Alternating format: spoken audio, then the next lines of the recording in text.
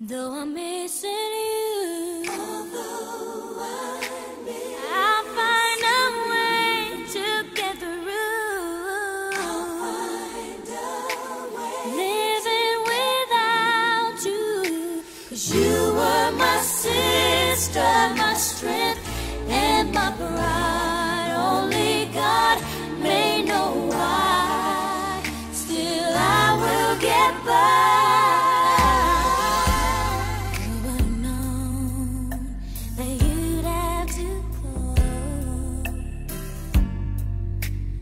Suddenly so fast.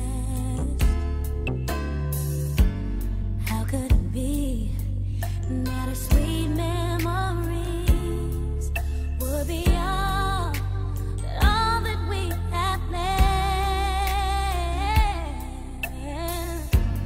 Now that you're gone, every day I go on, but life's just not the same. I'm so empty inside, and my tears I can't hide. But I'll try to face the pain. Though I'm missing you, I'll find a way to get through. Living without you, 'cause you were my sister, my strength, and my pride. Only God may know why. Still I will get by. There were so many things that we could have shared. If time was on our side. Ooh, yeah. Now that you're gone, I can still feel you near. So I'll smile with every tear I cry. Though I'm missing you,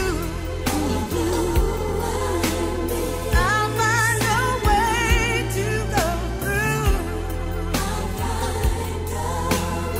Living without you, 'cause you were my sister, my strength, and my pride. Only God may know why. Still I will get by. Sweet were the closest of friends, yeah. But I wait for the day when I'll see you again. See you again.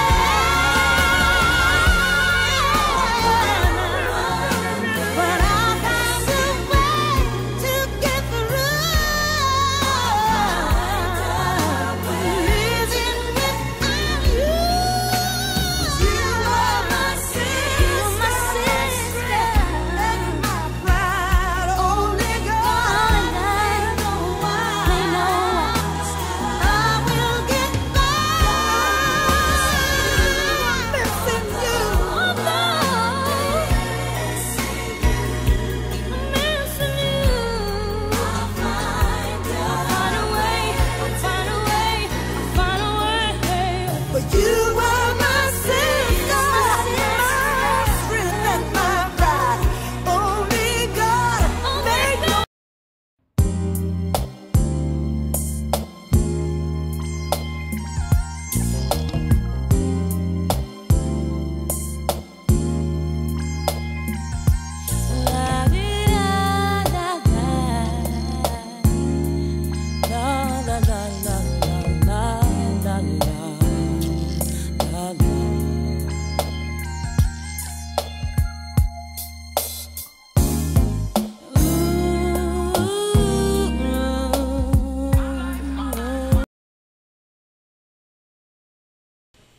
How did you survive the belly of the beast?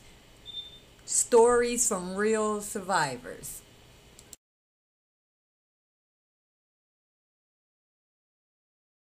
By doing what you're supposed to do. When I say doing what you're supposed to do, meaning doing some things that happened to me prior to going to prison. So I used that time to heal from prior and doing that also. I did a lot of journal writing. Make you know what I'm saying, more smarter and shit. You feel where I'm coming from? Did a lot of writing, because a nigga be mad. I became a product of my environment. Like nobody else do you. Like the old saying, you do the time, don't let the time do you. A lot of strong survivors only made it because they had strong role models prior to prison. Because I had the upbringing and the discipline of a grandmother. Tupac had a hell of an educator, his mom. Yes. Drug users. And not saying that it's an excuse, but it played a part incarcerated. Like I said, or did all of our mothers. That's the one thing, not that it was something good we had in common, that was something we had in common. All our mothers were drug addicts. None of us had a father figure. We was being raised by our grandparents. Prison has affected the family relationships of those that were incarcerated.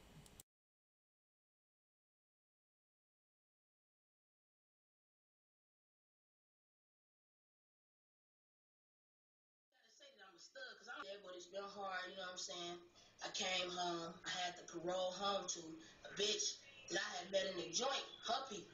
Because my mama had died and I'm adopted, and they don't like a nigga like me. Told you that. You feel me? Because you just can't tell me anything. The wood nickels I don't do can't take. You feel me? You know what I'm saying? My bank reject that shit. You feel me? My family knew 15 years ago. Of course, the things that I do might be strange to others because I come from an abnormal environment. So the things that I do to them might be abnormal, Appear a little different. But it's suit fine for me. My relationship with my family is I go through everything that every human go through with a family, whether I was here or not. I mean, you have your ups and downs, you got your love, you got your hate, it's just like sometimes it becomes a conflict of interest because your way of viewing things is not necessarily the way that other people think that you should view things. So, with this long prison stint, this long prison bit, of course, I've changed and I'm not that same person that my family knew 15 years ago. I wish I didn't have any children because that makes it so much harder while you are incarcerated, having children and not being able to be with them.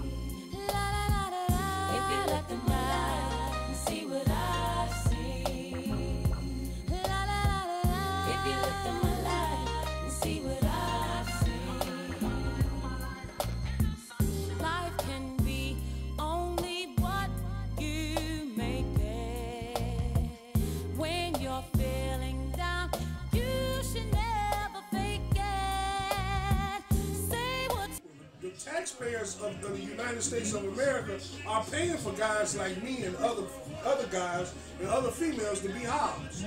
So thousands a year. Drugs, just lock them up. When they make these laws and go to incarcerate people, they need to think about the big picture. For one, why did they do what they do? If we dealt with the base of the problem, it could be prevented. Everyone that went to prison didn't deserve to be there. The trauma is unforgettable. They didn't deserve to be there. Everyone that went to prison didn't deserve to be there. It's not the norm, because things that you see in a normal society, you don't see there. Right. What society have you seen 120 men in the same small space? Little area. Oh, man, 120. And then they look at the fact that homosexuality right is at an all-time high. Yep. Right, because you're taking a person out of a natural environment and then you put him in an abnormal environment and tell him to act natural. Exactly. Natural abilities is going to come out. If you're a lovable person, you're going to make love. Yeah. If you're an angry person, you're going to start shit. You know, instead of what happened, a lot of people when they get incarcerated, they have pity parties and settle and just adapt to their environment. It's sink or swim. All type of motherfucking rapists, motherfucking everything. Feel me? You feel where I'm coming from? You crossing everything. Bitches that done put their kids in the motherfucking washing machine, all type of shit. You feel where I'm coming from? This shit real in the field. I'm telling you the real, nigga. What I saw. You feel me? You gotta wash your ass and watch bitches at the same time. You tell me how many of you motherfuckers can handle that 5 years and then your mama dying that motherfucker. Then the hook, lie and shit. Don't tell you when your mama passed so you can't go to the funeral. All that old crazy shit. You know what I'm saying? Then you got the hook riding you just because of your motherfucking swag. You feel me? Because you an aggressive motherfucker like me. You know what I'm saying? And that swag is how it comes. You feel me? My walk is of the real, the truth. It is what it is. You feel me? I ain't gotta never say nothing out my mouth. Motherfuckers know what O is about. On the street, people say, damn, man, I don't know how you did it. Well, I did it because, one, I was a strong individual. Everybody ain't gonna make it.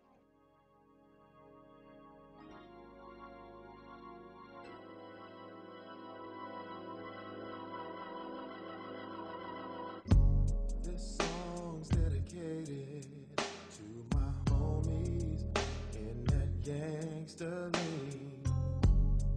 Why'd you have to go so soon? It seems like yesterday we were hanging round the hood. Now I'm gonna keep your memory alive like a homie should. A lifetime of memories going down the drain. I like to keep stepping, but I can't get past the pain. I take my body to your memory. Take a drink and I start to think, and I know one day soon we'll be hanging out. This is for my homies. This is for my homies. Well, see you when I get there. I know his crime, you know, everybody thought it was a violent crime, but he was so messed up that when he came home, he didn't even live 6 months. He committed suicide.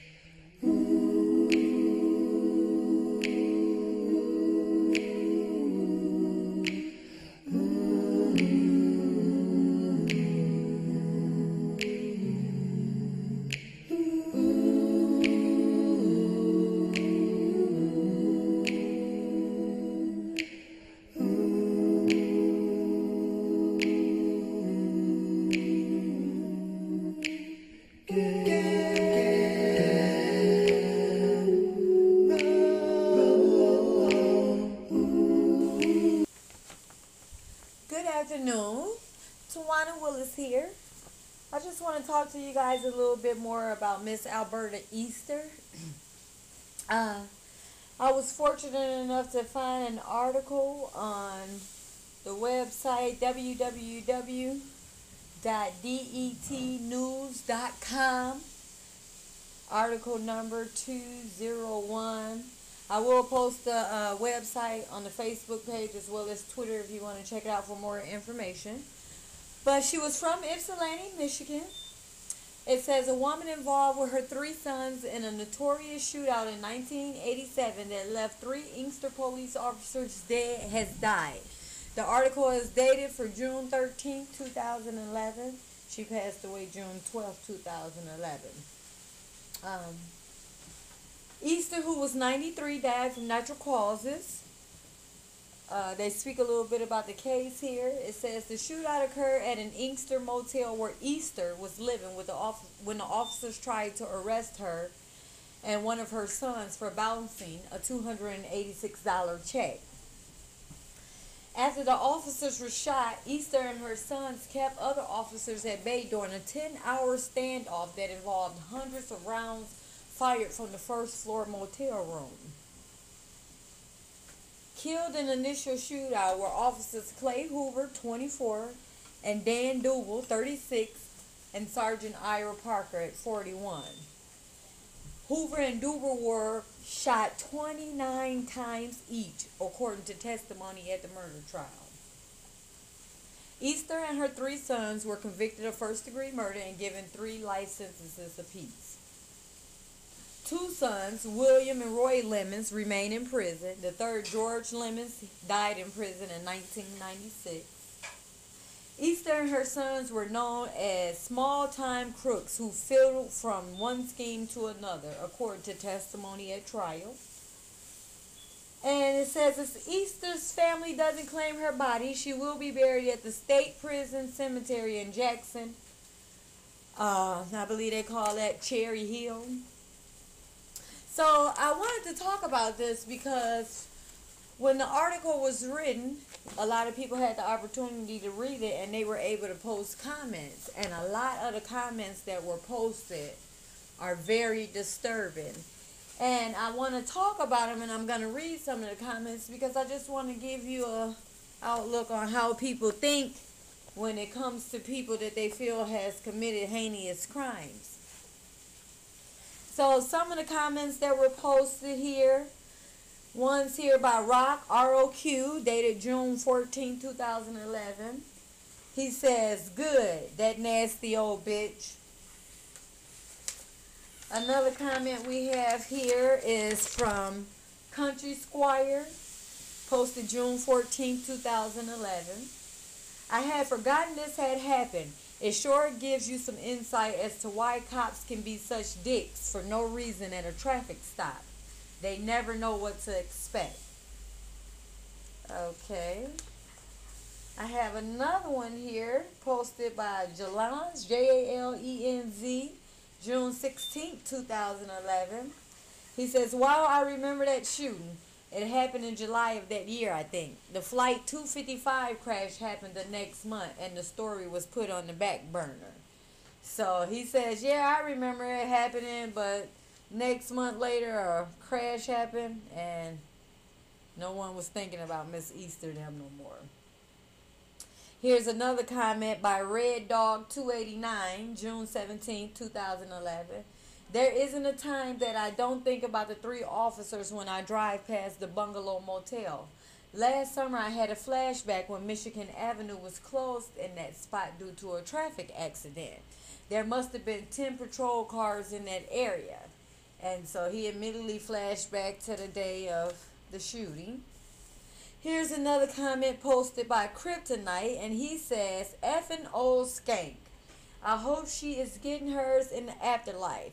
And I hope her sons join her in the same miserable place. I remember that day. The news was so horrible, and her antics during the court hearings, holding up her handcuffs for the press to photograph. So, like I said, these were some interesting comments posted by viewers and people who read the article. And that was just their personal opinion on how they felt concerning Miss Alberta Easter and the incident. And they are entitled to their opinion. I've had the opportunity to meet her personally, and I know that she wasn't that same person anymore. I know that throughout time she changed. I know that, you know, she just wasn't a murderer. She wasn't a killer. You know, she was 93 years old. She did a lot of time incarcerated.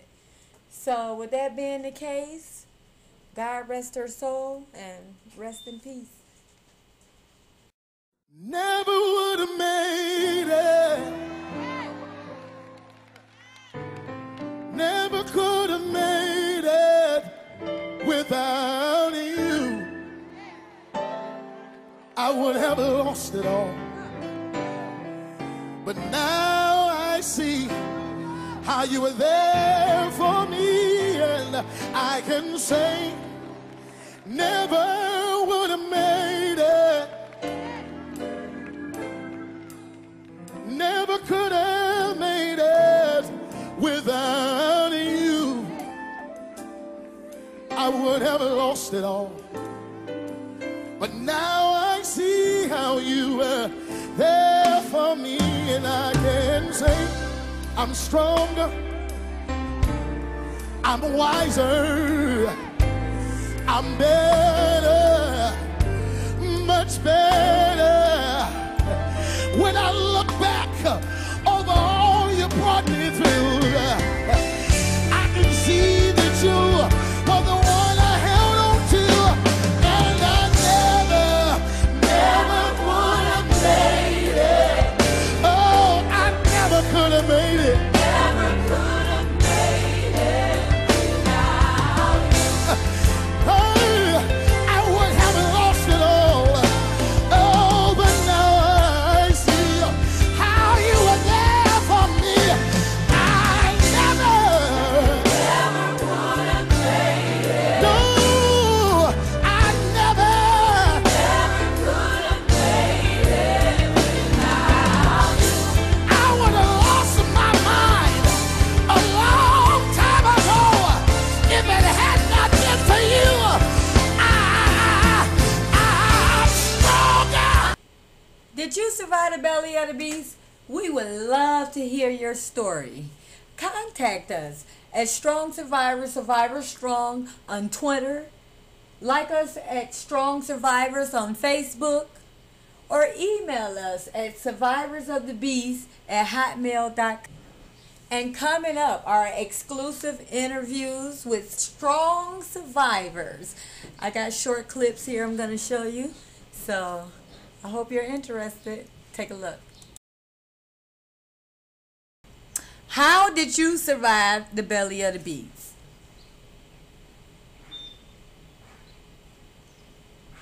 That's the question. Sure. I made my own world. I hustled and shit. Turned it into a world inside a world for myself. Okay. What did you do during your time that you were incarcerated? Shit. Which is like the positive or just whatever? What did you do during your time you were incarcerated? Shit. Hustled, went to school. I could better my mind, educate myself, clown a little. Shit. Okay. Well, at least you're keeping it real. You ain't going to sit here and act like you was an angel in the penitentiary, so. Well, no. Exactly. Okay. So what are your relationships like with your family, children, husband, parent, friends? You know, people that you were close to. What are your relationships like now that you've been released? They're better, I guess. I got closer to my family. During your period of incarceration? What'd you say? During your period of incarceration, you saying that you got closer to your family? Well, I didn't really fuck with them. I was on my own for real. Okay. Did prison change anything about you? Has it had any kind of major impact or effect on your life? Yeah,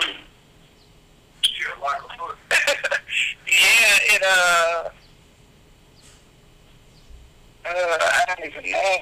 It changed my mind about a lot of things, but it also like, she cast me to the world because I didn't understand what the real world was about.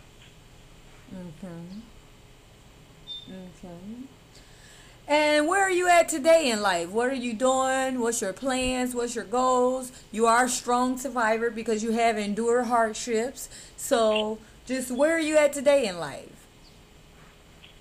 Still trying to get it together. Still trying to get a job. Still trying to get society to let me be the productive member of it that they tell me they want me to be. Okay, definitely. Okay. Now, what advice do you have to give to someone re-entering society, or someone who's out here in society who's struggling, or just a minor or a youth, someone who doesn't have a sense of direction yet and they're headed down the wrong path or towards destruction? What advice or what information would you give them? I guess for a youth out here struggling, like, to do the right thing, just that's just not cool. That's not what's up. It changes your whole life. It puts a stigma on you that you can't get off. And for people that's coming home, I guess all I have to say, you got to be very strong-minded, because if you're not, okay, you're not down 100 times, you got to keep going and keep trying. Go. Okay, so during your time of incarceration, I know that you had the opportunity to meet a lot of women, and I know that at some point you probably called a few of them sister or friend. And what are your relationships like with those individuals now that you guys are free and in society? Some of my friends, I kept, like, Carrie, she's been my friend through my whole bit and still my friend. Mm-hmm. Some people I still write, still talk to on the phone. A lot of people I kick it with on Facebook. We encourage each other a lot, or, you know. Okay, so do you have anything else you would like to tell the people about Miss Allison Barnes and how you survived the belly of the beast, also known as prison? Oh, wow. I don't know, I can't really think right now, but it's a whole lot I got to say about that place. Okay, well, hopefully we'll be able to get the remainder of that information when we do your exclusive interview. But for the moment, Miss Allison Barnes.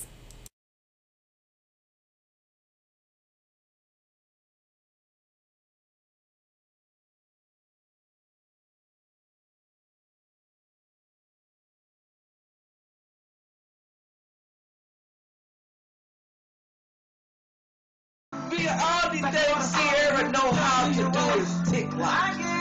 You can sing better. Beyonce can't sing. Beyonce is strictly an entertainer. Everything she do, I want to see it. Talking about dancing. She never fucking brought Beyonce up. Y'all ain't even making sense. Sierra don't know She's how a to dancer. sing, She's not a singer. She ain't got no body. She tick locking her bone. You say Sierra don't got a Sierra ain't got no body. She a bone. I've been watching me. You survived the belly of the beast.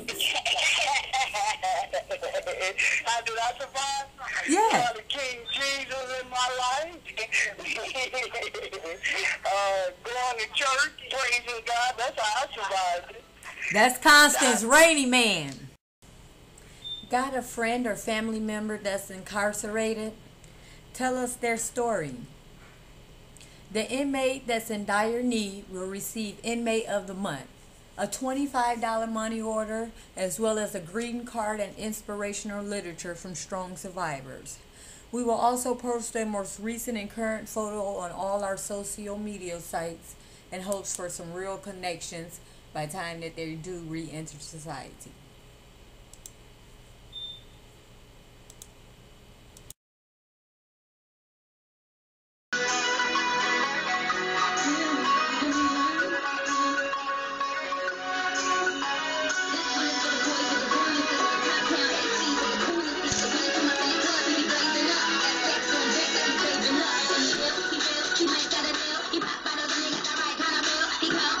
He might sell coke, he always in the air, putting up a flight, bro. She a motherfucker.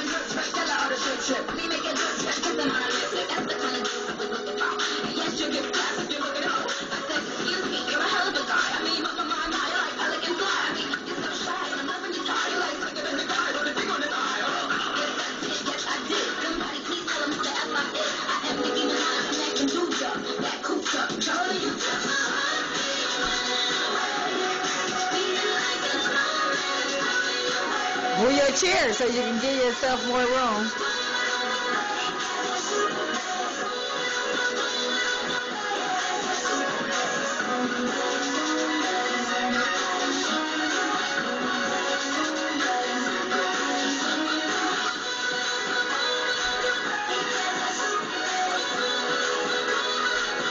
Look at the camera. Entrepreneur niggas in the mall go. Think about what the crew we can shout loud. But I think I like I'm better, please out loud. But I think I like I'm better with the hoodie cap on. He ain't even gotta try to put the Mac on. He just gotta give me that look. When he give me that look, then it really coming out. Excuse me, a hell of a guy. You know I really got a thing for American guys. I mean, stars, action and eyes. I can tell that you're an actor, you're feminist guy. Yes I did. Somebody please tell me where I is. I am Nicki Minaj and that computer, that cooper. There you go, mama.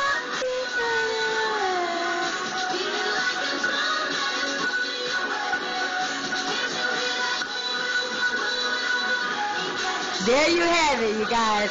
Willie Shields dancing. Any last words, Willie?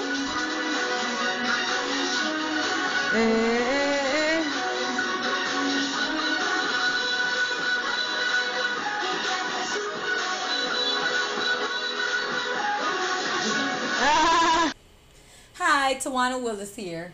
So I started this internet-based talk show because I want to encourage people and I want to help people out.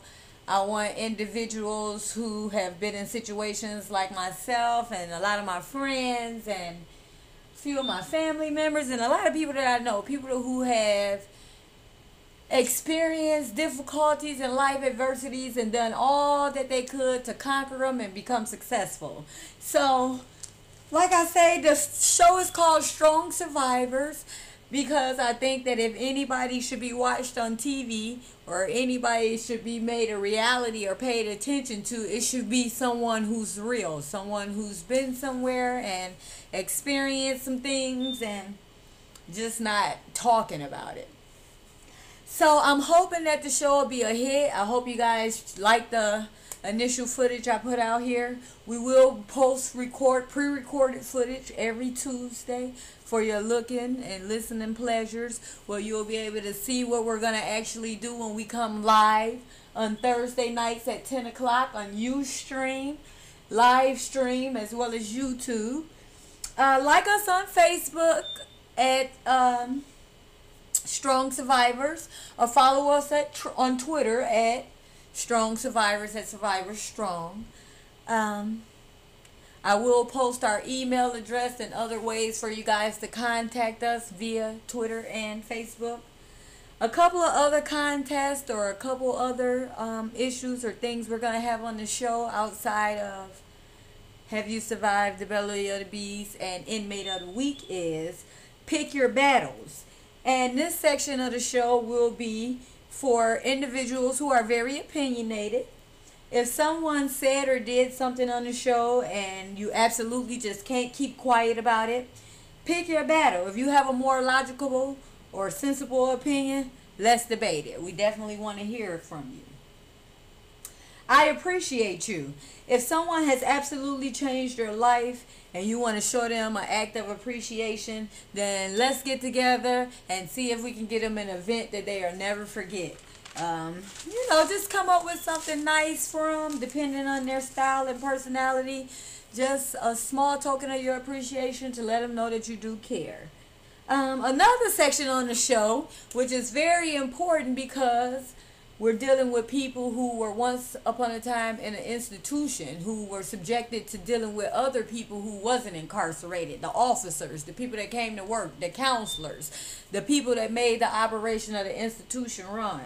And so a lot of those people were really nasty, a lot of them were really foul, and a lot of them were wonderful. A lot of prisoners, I think, probably left prison and came home with a friend, whether it was an officer or a staff member or someone, but they made some kind of connection and it wasn't all bad. So this section on our show is called Don't Bite Your Tongue. And if you want to confront someone from your past, your present, If you just want to get something off your chest, then tell us your story. We'll see if we can actually arrange a sit down or a come together for the individuals or the individual that you do want to confront. And if you want to leave a comment about them on the show, we can't tell you what to say, but we do hope that you know, whatever you say, just know that it's a reflection on you. Also, a very important section of the show that I'm not very familiar with, I'm going to actually do some more research on myself so I can implement it, is Ban the Box, which I know has our advocate, rather, Miss Monica Janer, has been working closely with individuals from prison to ban the box. It's to take the box off of the application that asks, or have you been convicted of a felony, you know? And so with that being the case, it's going to be a lot of exciting things on the show. We're going to do live interviews every Thursday. We're going to start going out here. We're going to be meeting up at nightclubs and bistros and just different places to eat and have lunch and to connect. And we hope you guys enjoy us. Check us out.